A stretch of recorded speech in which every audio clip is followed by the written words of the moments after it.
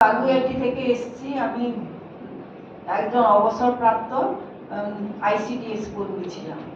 তারপর আমি অবসরের পর দেখলাম যে আমার শরীরে প্রায় 18-20টা রোগের আমি নিয়ে চলছি।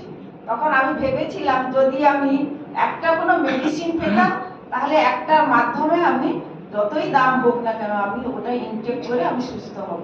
এই কথা ভাবতে ভাবতে আমার সহকর্মী প্রভাত দেউরি ম্যাম এবং অর্পিতা দেউরি ম্যামদের সঙ্গে ও নিজে ইনটেক করছিল এবং আমার সঙ্গে কাজ করছিল।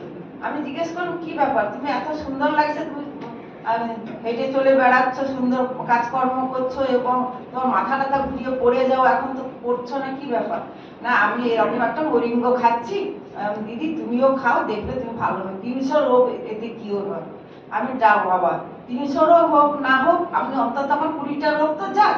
তা আমি নিজের উপরে বিশ্বাস রেখে মরিঙ্গ ইনটেক করেছি। আমি এখন সুস্থ হয়েছি। আমার রোগগুলো হচ্ছে হাঁচি, সর্দি, কাশি এবং পাইলস, শ্বাসকষ্ট, তারপরে জ্বর